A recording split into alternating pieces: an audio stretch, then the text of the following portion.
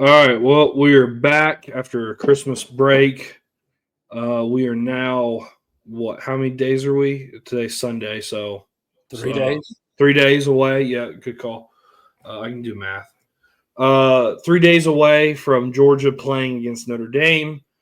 New Year's Day, 8:45 late game. Probably going to be even later because the Rose Bowl. If it goes the way Vegas is predicting it very much could go into overtime.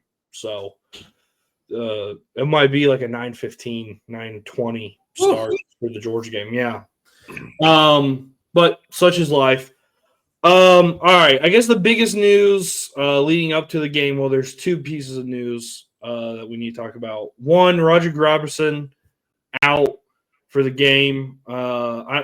It said a lower leg injury or a lower injury. I forgot what the specific wording was, but he's out. So again, Georgia's down to what, 3 running backs. So hopefully Etienne can stay healthy. Hopefully Frazier and Cass Jones. When is Branson Robinson supposed to come back? I think he's available, but I don't. I'm hoping that he's getting back. I don't think he's going to be full speed till next year, but I think he can play.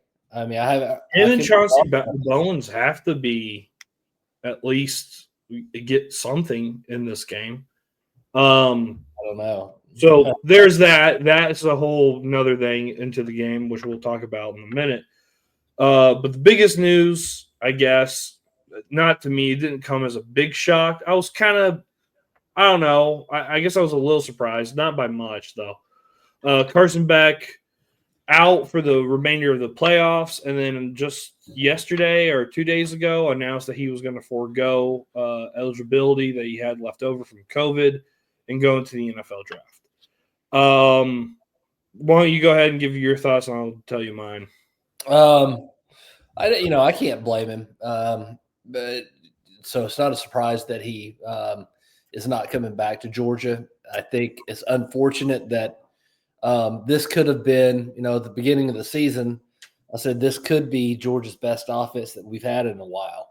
But I don't think Georgia did through injuries, suspensions, lack of productivity, underperformance on the wide receivers, all those things around. I don't think Georgia did a real good job of putting the pieces around Carson Beck this year. But, I think he'll, second or third round in the NFL draft, and I think he's an NFL quarterback. I really do. I don't know if he'll get a chance to start in a couple of years or if he'll be a 5-year backup. But he has the arm talent, pocket passer, accurate, all those sorts of things. I think I wish him well. I wish he would have won a championship here at Georgia, but at least he got an SEC championship. So, unfortunately, you have to turn the page and move on, and I don't blame him for coming back because he could get hurt again next year and totally ruin his chances. Right. So here's Beck. To me, maybe this is why it probably took him so long once it was announced that he was going to be out for the remainder of the playoffs. I would have to think that at least there was a thought of, well, I played my way out of the first round this year to be one of the first quarterbacks picked. And then I got hurt. I have an elbow surgery. They didn't want Drew Brees because of that. And now I went from maybe a day 2, day 3 draft pick to I could go from undrafted very quickly if I don't have a good, combine and I don't have a good pro day. His stock can tank really quickly. So he could. He could also blow his knee out next year playing. And totally agree. And look, if he wanted to come back and he only wanted to play for Georgia, which I think Carson, I would doubt that he would go anywhere other than that. and Kirby's like, well, we're going to move ahead. We got Gunner. We're going to go with this, and we're going to figure it out what we got. We're going to go move forward. I mean, what do you do then? So, and I don't know if those were conversations had. I'm sure Kirby would probably want Beck back. I would for sure. But, again, who knows? To me, I would much rather have Beck, but, it is what it is. I wish him the best. I think he has enough talent in his arm, and I think he's got, the brains to be a starting quarterback in the NFL. But we'll see. And does he go into the right system with the right coaching? And that's going to be the key. Right team. Right. Yeah. I mean, if he gets a good coach or, a good offensive coordinator and a good team, I think he's perfectly fine. I got to tell you, really good fit, even though they're not good right now. If I was him, I would want to go to the Raiders. They don't have a quarterback. They're going to be looking for one. And if you can play it right in the combine and on your pro day, you might be paired back up with Brock. So, yeah, no, I mean, look, what are the quarterbacks that I know this is going down? Shador Sanders, yeah. which I thought was, whatever. That surprised me. We're in the giant cleats or whatever. Right. I'll take Carson Beck over Shador Sanders. The level of competition that he's played against. Well, of course. I mean, and then did you watch the BYU Colorado game? It was very clear. I think NFL scouts are going to be able to see if he comes back, which I anticipate, full recovery from this elbow. If he can, like you said, if he can get in with a good system and maybe sit a year, I think he'll be fine. I think he'll probably play a long time in the NFL if he wants to. Yeah. And this is not a very good draft. I mean, to your point, it's not a very good draft for a quarterback. So, if he does a decent job where he needs to perform, then, he could. He won't be ready to throw before. It says he's ready to throw in the spring of 2025, which would be this year. Yeah, the draft is when? April or May. He won't be throwing by pro day. Not full. I don't know. But I wouldn't anticipate it. So they're going to have to see the body of film and see his measurables in order to, he might run some or do some other things, but I don't think. Dude, he's pretty athletic. So if he can run like a 4.5, I think he can probably run a 4.5. I don't think that's just stretched to run a 4.5, 4.6. I have no idea.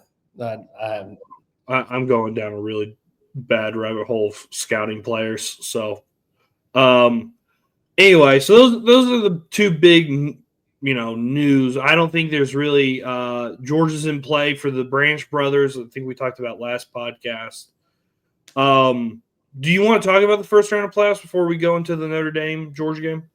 Sure, we can talk about them. Give everybody the lineups and kind of talk about them briefly. So again, I know a lot of people are talking about how bad the first round was. A couple things. One, seeding. There has to be a fix to the seeding problem. Don't you agree? For sure. You wouldn't have Ohio State and Tennessee playing against each other. You wouldn't have Penn State and SMU playing each other.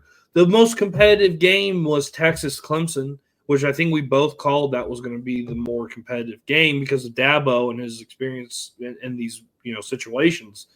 But again, it wasn't really that competitive. I mean, Texas was in control of the game the entire time. So again, there's that problem, and I'm about to cough, so I'm going to mute myself after this point. The next thing is the playoffs. We all clamored, you all wanted expansion.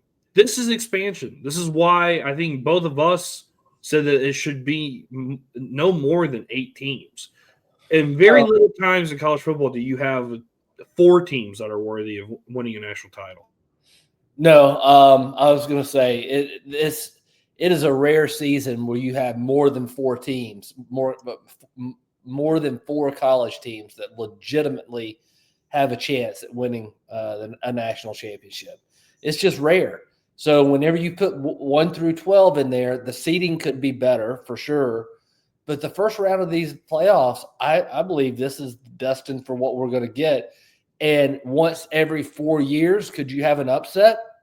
And that's the reason they're going to the TVs. Oh, there may be an upset. But by and large, you're going to. I saw or heard a thing yesterday. The first year of the BCS, I think it was BCS, the average differential was something like 19 points. It was a shade over the first year of the 12-team playoff. So not unusual, totally predictable. But in my humble opinion, if you had Boise State playing Arizona State, SMU playing, I don't know, or Indiana. Yeah. Something like that to where you could let the team that, you know what I mean, a little more even. Anybody who's watches college football could have seeded these teams better, right? I mean, we all could have just being a casual observer than what the committee did. And I think, they need to go back and reevaluate. If they're going to keep this system, which clearly we're stuck with 12 teams for however many year. Yeah. So try to make it better, and you can improve upon this year, I think, by the seeding. So, yes, short or long. I think that's one. But also, here's the thing. Alabama fans and Ole Miss fans and South Carolina fans who are bitching, I get you. I felt the same way last year whenever Georgia got gypped out of it. But let's be honest here. The way the system's built, they got the 12 teams right.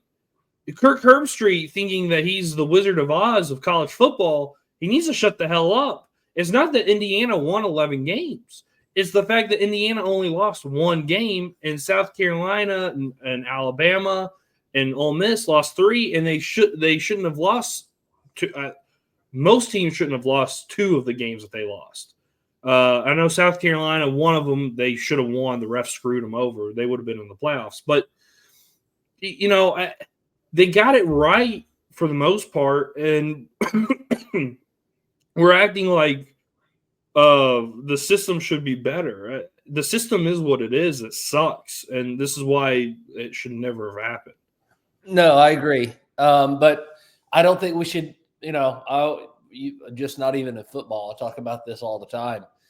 This is what we're going to have, at least for another year. So, and anybody that knows anything about college football, a casual observer and watches, could have predicted these first rounds were not going to be very competitive games, and they weren't. Right. And the whole reason why they did that is so that they can at least corner the market of this time period where there's not really any competitive bowl games, and the NFL's not on all the time. And it fell flat because they think they can do this stuff. I don't know if it's hubris. I don't know what it is, but it's a terrible idea. So I don't know. And we both thought Tennessee was. We were both suckers on that one. I think that was hubris of being Southerners. I would agree. I was shocked that they got manhandled like they did. When it started to become very obvious, it wasn't that shocking because it's the same team that I saw whenever Georgia played them.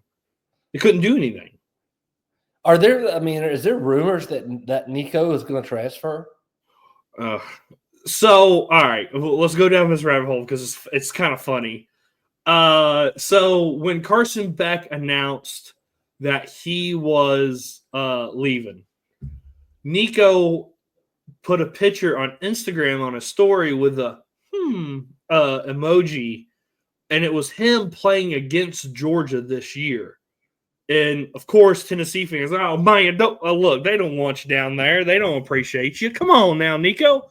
So they're getting their panties in a wad. I got to tell you, I think he's a good player. I don't think he would be the right fit at quarterback for Georgia. So I don't really think that he's going to do – I don't think he's going to go anywhere. But it is really funny that Tennessee's got their panties in a wad. I just saw a couple – I didn't read any stories or anything. I just saw where they transfer portal, and he was one of the ones up there. I didn't even know they were talking about him going to Georgia. Yeah, and there's also talk that Squirrel White, who Tennessee fans have really hyped up, he's leaving, so he's an enemy of the state. And then they got this other kid that's supposed to be this big wide receiver. He was a 5-star. He's leaving. Georgia's in on him. Seems like every wide receiver that hits the portal, Georgia's in on. So we'll see what happens and who we land. You got to stock up in that position with suspensions and injuries and everything else. We don't know who's going to be playing. You better have 15 of them. Anyway, all right. So let's talk about our game first, Notre Dame, Georgia. By the way, did you know there is a connection between Notre Dame and Georgia? In what way? So I saw this. I was at the bookstore. I had a little bit of Christmas money, and I was going to go and buy me a hoodie at the Georgia bookstore. I didn't, but I found a book, though, upstairs in the book section, at why the bookstore is called the bookstore. And it was written by Mark Maxwell, and I actually want to read the book. He wrote it in 2017 in preparation for Georgia going to South Bend. Harry Meir, who we know as Buttsmeer, coached Georgia in the 30s, or no, the late 20s and all the way into the 30s, 38, I believe, or 37. He played under Newt Rockne at Notre Dame. Huh. All right. Yeah. And so, and he was the assistant to Woodruff. Okay. Who was the head coach in the 20s. Also, and then he went to he was the athletic director for Georgia. Then he went to Ole Miss, stayed there till 1945, retired from coaching, and became a sports writer for Georgia all the way up to his death. He wrote for the AJC, and he covered Georgia football. Meir. Yeah, Meir. I didn't know that. Yep, and him and Dooley were, whenever Dooley came, he helped Dooley out a lot. And he was a writer at that time when Dooley came in the 60s? Yeah. Okay. Yeah. So there's your little bit of history that I learned. I did not know any of that. I remember exactly where I was at in when they played in Herschel in 1981, right? Yeah, January 1st, 81. But and specifically about this game, it probably is going to look like it went back to 1981. I expect the offense to look totally different. Not totally different. I shouldn't say that. I expect Georgia's offense to be much more reliant as a percentage on the run in this game versus what we've seen. I think the key is line of scrimmage. We've talked about this. Offensive line is going to have to play one of their best games. Notre Dame's defensive line, what is his name? Riley Maya, what's his name? The guy that got hurt? Yeah, best defensive lineman got hurt. So It should be a little bit easier. But Notre Dame's defense is good. But Georgia, to me, we've got to win first and second down and not put too much pressure on Gunnar Stockton on third and long. If we live in third and 4 and shorter, I would say Georgia wins this. If we're living third and 4 and longer, we're in trouble. And I'm hoping the other thing is, unlike all the other games that seemingly for not only this season, but going back last year, Georgia needs to start early. We need to start early to get some confidence going, Gunner some confidence going. So those are the outside of not turning the ball over, which is always, we've got to be able to run the ball. And we've got to have third and shorts and not turn the ball over. And if we do that, I give us a pretty good chance of winning this game. So here's all right. I'm just going to go ahead and do all this. So the amount of media hype that Notre Dame's getting, we're not too, we're pretty used to this. This is like every other season. I was about to pull up their record in New Year's Six bowls since 1994. They haven't won one. Whenever it's time for the big moments for Notre Dame, they're not up there in the college football elite. And they get pampered by it easy. And I got to tell you something. I watched the Indiana Notre Dame game, and I thought Indiana would at least compete a little bit better. That was probably short-sighted, and that was more my heart leading me than my brain. But nothing that Notre Dame did really scared me at all. And to me, I thought Indiana played okay with them on the offensive and defensive lines. So, and look, I know what I'm about to say might be a little controversial, but I really don't care. These teams, like Ohio State's the only team that you can exclude from this, but Michigan, Indiana, Notre Dame, Penn State, even they're slow and white. They're slow and white, and they cannot play with the speed that Georgia plays with. And that's what I saw on Notre Dame's defense, and that's what I saw on Notre Dame's offensive line, which is going to be a problem. Also, this is the same thing that we do with Michigan. It really does feel like when we played Michigan in 2021. In the Orange Bowl? Yes. The media, I mean, Georgia had no shot. None against the mighty Michigan Wolverines who won the Big Ten and beat Ohio State. And then Georgia went out there and put belt to ass.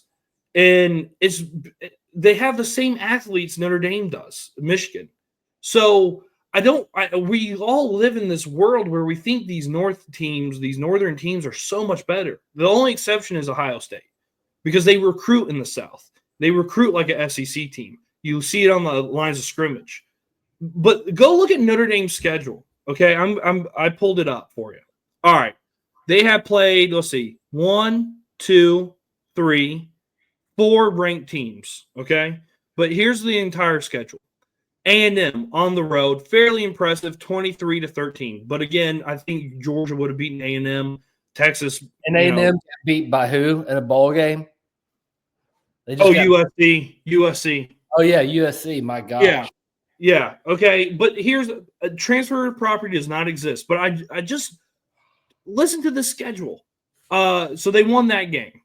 Northern Illinois, they lost that game. That team's somewhere in there. And I think we're going to find out on Wednesday. Purdue is an embarrassment.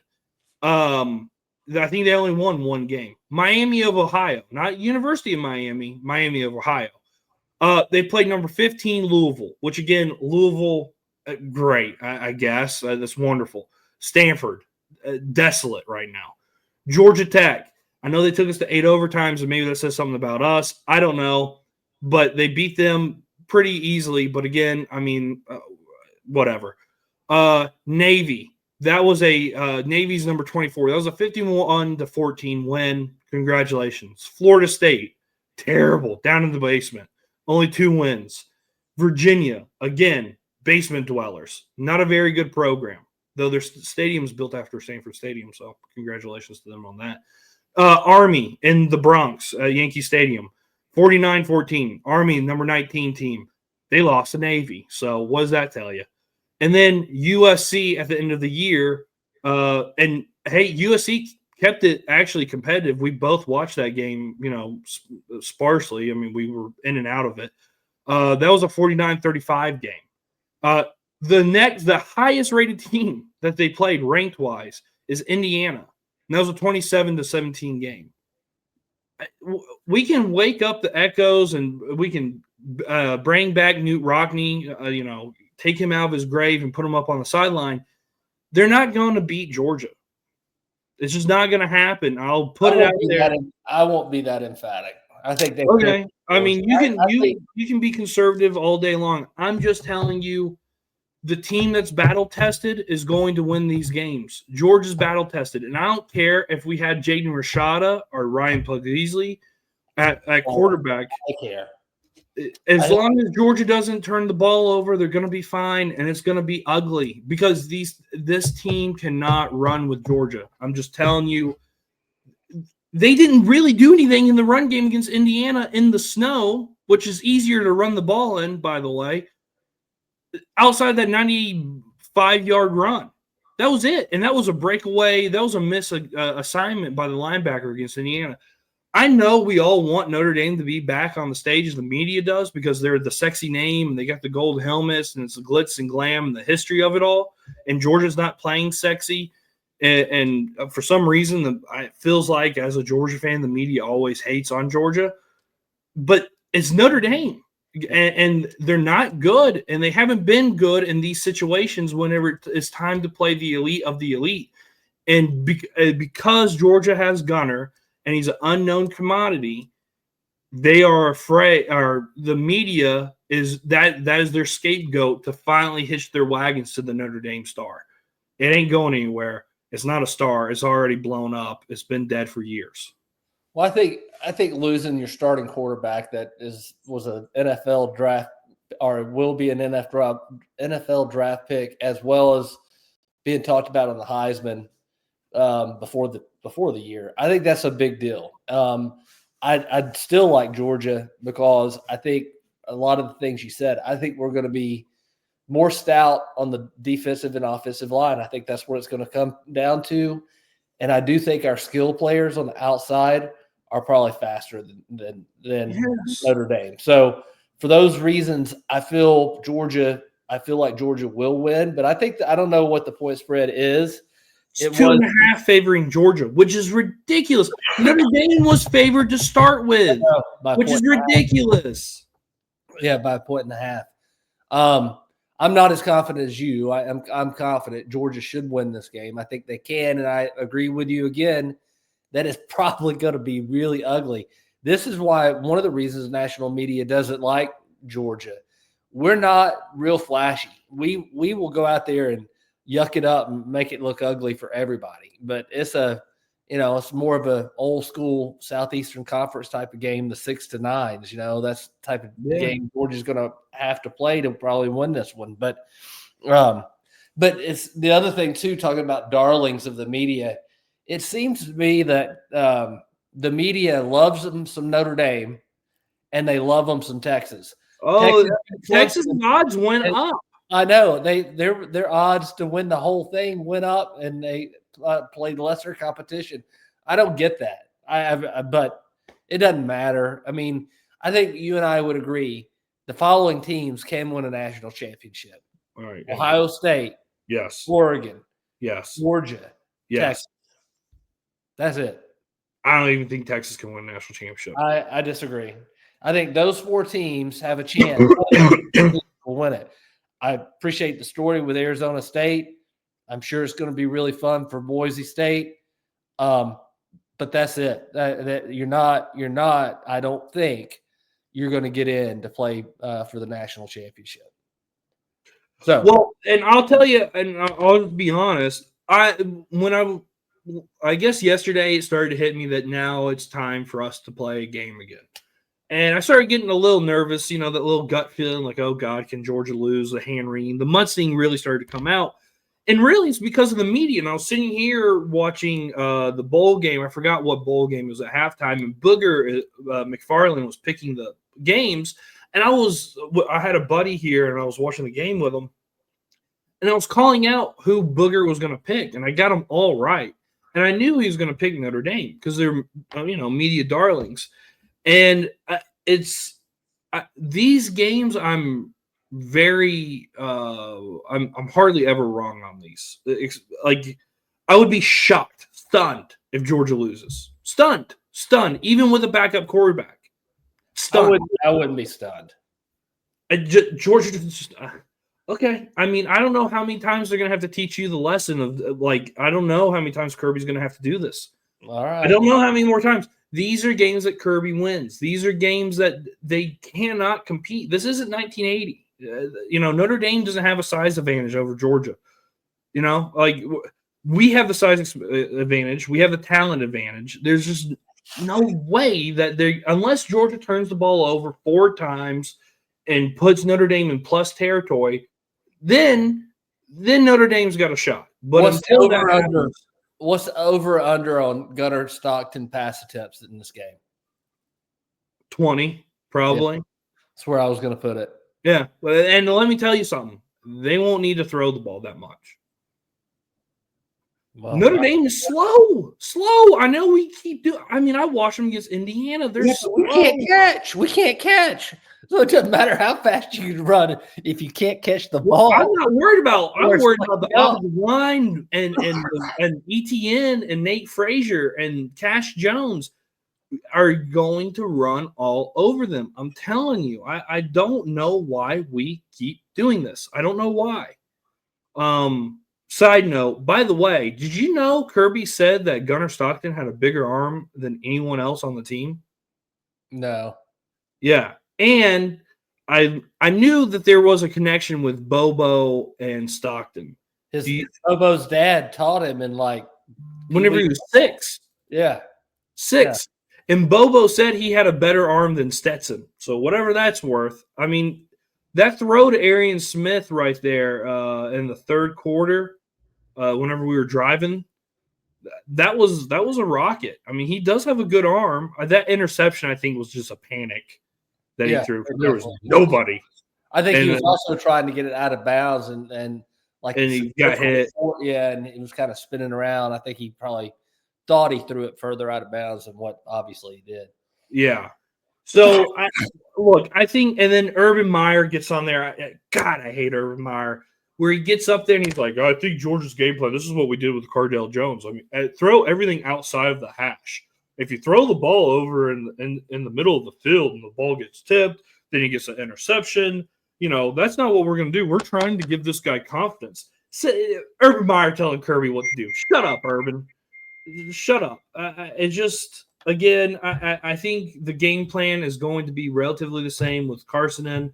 I think you're going to have to give Gunnar easier checks, probably, because I think Gunner's pretty smart, but how smart of a guy is he? So you give him easy checks, you run the ball, make high percentage throws. Georgia should win this game. Do you want to go ahead and pick? Because I can tell you my pick. Okay. I think Georgia's going to win. I think they're going to win 35. And Notre Dame's going to score 10 points. And by the way, Riley Leonard, we all want to put him as like Haynes King. I got to tell you, Haynes King he's better throwing the ball. He's more athletic, and he's faster. I've watched Notre Dame. I went back. I broke down film I watched I watched 5 of their games. Haynes King is a much better college quarterback than Riley Leonard is. And Riley Leonard's not a very good to me, he's not a very good thrower. So again, if you're going to be a mobile quarterback to beat Kirby, you have to at least have something else in the arsenal, like being able to make high percentage throws or have a nice arm. Jalen Milroe,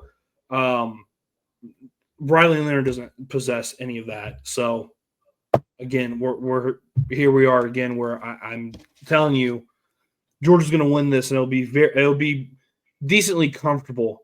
And if they show up and play, which again, who the hell knows given this team.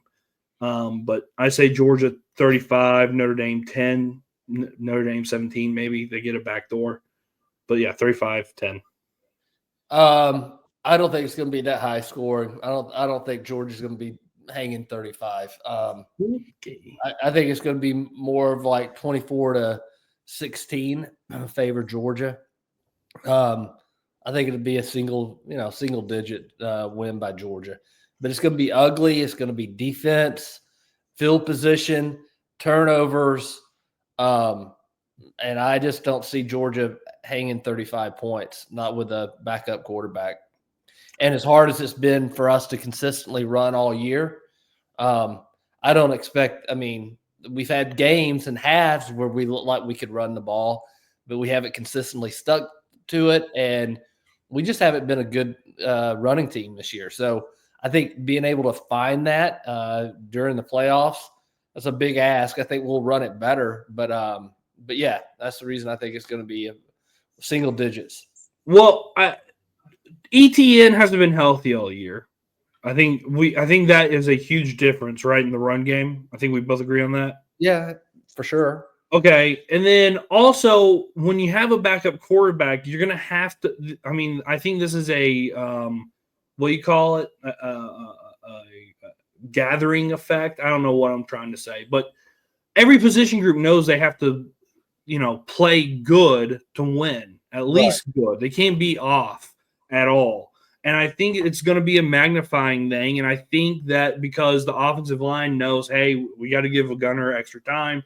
We got to hold our blocks a little longer. We got to do these things. I think it's going to be a little better. And then you have ETN healthy. whatever. I think you're going to have this effect where Georgia's in a urgency, and that's when Georgia has been urgent. They have been the best team in college football when they're urgent. Right.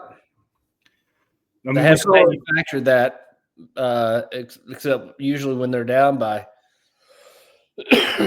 double digits. So hopefully they come out with it. Well, I will tell you this: if Georgia gets down double digits, there's no way they're going to win with Gunner right now. Well, I don't know. I don't. Let's just hope that doesn't happen. I have no idea how this game's going to play out. That's the reason I said, to me, Georgia's got to jump out early, limit the turnover, and win the first, second down. I think the Ballotessa team is going to be better, and I think Georgia's going to boat race them. So there you go. And if they don't, I will do something on here and apologize profusely. But I don't think that's going to happen. All right, let's do and pick these games for the playoffs.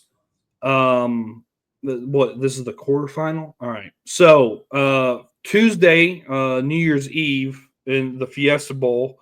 Penn State, Boise State. I think Penn State is a double-digit favorite. I don't have the spreads in front of me right now. Who do you got? I'm going to say Penn State's going to win. I don't know what the spread is, but yeah, I think it's a nice story, but I don't think Boise State can beat Penn State.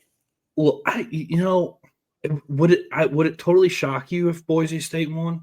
No, it wouldn't me. It wouldn't me either. I'm going to pick Penn State because it's a smart play. Wouldn't shock me if Boise State wins. Out of all the upsets that could happen, I think that one's probably the most due for it. All right. The Peach Bowl, that's 1:00. Texas, Arizona State. Go ahead. I know a quarter that I'm not trying to take anything away from Arizona State, but I think Texas is going to win. I think they're going to win pretty big. I wouldn't be surprised if the game's closer than what the experts think. I would still take Texas. Arizona State is able to be physical with Texas. I think they can match their physicality. And Texas has a hard time. I mean, you saw it with Clemson. Clemson matched their physicality.